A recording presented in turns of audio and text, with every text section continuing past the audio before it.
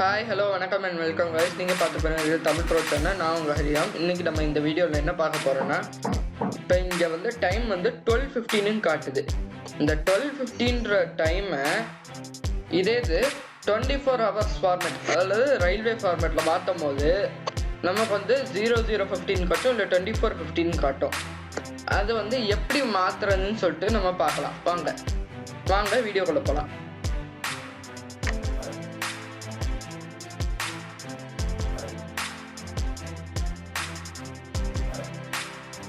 Import date டைம்னு கொடுத்துருக்கேன். Date டைம்ன்றது ஒரு மாடியூல்.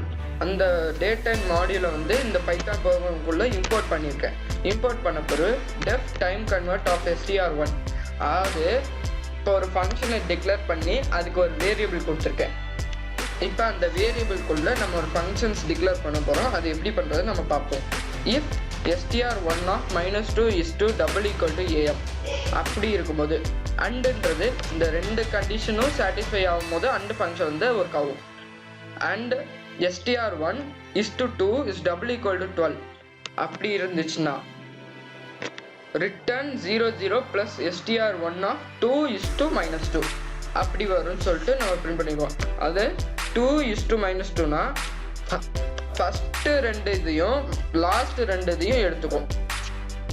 அப்புறம் அந்த கண்டிஷன் ஃபஸ்ட்டு சாட்டிஸ்ஃபை ஆகலன்னு வைங்களேன், நம்ம அடுத்த கண்டிஷனுக்கு போகிறோம். அடுத்த கண்டிஷனில் elif str1 of -2 is to is = am அப்படி amக்கு ஈக்குவலாக இருந்துச்சுன்னா ரிட்டர்ன் str1 is to -2. அப்போ -2 of is to வந்து பிரிண்ட் பண்ண சொல்கிறோம். இப்போ வந்து அந்த கண்டிஷன், இந்த ரெண்டு கண்டிஷனுமே சாட்டிஸ்ஃபை ஆகணும்னா இந்த தேர்ட் கண்டிஷனுக்கு வரும். தேர்ட் கண்டிஷன் என்ன கொடுத்துருக்கோம், elif str1 -2 is to = pm இருந்துச்சுன்னா அதை வந்து am மாத்திர சொல்கிறோம். And str1 is to 2 is = 12. இப்போ pmல வந்து 00 இருந்துச்சுன்னா amல 12ன்னு வரும். அந்த மாதிரி நம்ம வந்து பார்க்குறோம். இல்லாட்டா நீங்கள் வேறு எக்ஸாம்பிள் 23ன்னு எடுத்துக்கிட்டிங்கன்னா அது 11ஆக மாறும். அந்த மாதிரி அப்போ வந்து ரிட்டர்ன் பண்ண சொல்ல வேண்டியது string 1 raised to -2. இந்த ஸ்டேட்மெண்ட்டை வந்து திரும்பி எழுதணும். இப்போ இந்த மூணு கண்டிஷனுமே சாட்டிஸ்ஃபை ஆகலைன்னா எல்ஸ் போடுறோம். எல்ஸ் போடும்போது return str int of str1 is to 2 plus 12. அதாவது +12 எதுக்கு கொடுக்குறோம்னா அந்த ஃபார்மேட் சேஞ்ச் ஆகும்போது +12 தானே எப்போவுமே சேர்ப்போம். அந்த இதுக்காண்டி +12 கொடுத்துக்கோம். Plus str1 2 is to 8. 2 is to 8ன்றது இங்கே நீங்கள் எண்ணி பார்க்கலாம். 1 2 அப்புறம் ஒரு is to 3, அப்புறம் 18க்கு வந்து 3 4 வந்துடும், எக்ஸ்ட்ரா 5 வந்துடும் is toக்கு, அப்புறம் 7 8. இப்போ வந்து 8 கேரக்டர்ஸ் இருக்குது. அதுதான் வந்து நம்ம 8 வந்து எண்டிங்கில் கொடுத்துருக்கோம். அப்போ 2 is to 8னா 2லேருந்து 8 வரைக்கும் எடுத்துப்போம். இப்போ dt = datetime.datetime.now.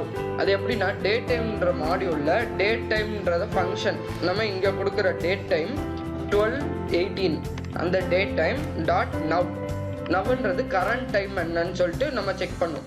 அப்புறம் print conversion of time =time convert dt.strf time.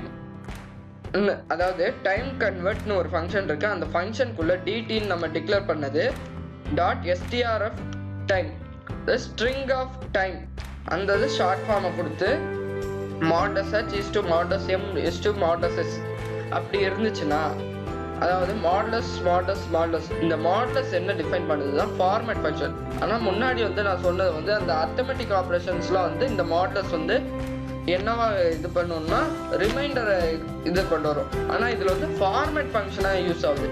அதாவது இந்த ஹச்ன்றது ஹவர்ஸ், அப்புறம் m மினிட்ஸு, s செகண்ட்ஸு. இந்த நடுவில் டபுள் ரெஜிஸ்டர் கொடுத்துருக்குமா, இங்கேயும் டபுள் ரெஜிஸ்டர் கொடுத்துருக்கோம்.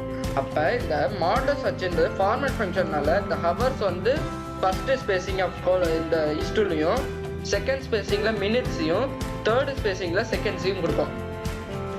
இப்போ இந்த ப்ரோக்ராம் உங்களுக்கு புரிஞ்சிருக்கும்னு நினைக்கிறேன். வாங்க இந்த ப்ரோக்ராம் ரன் பண்ணி பார்க்கலாம்.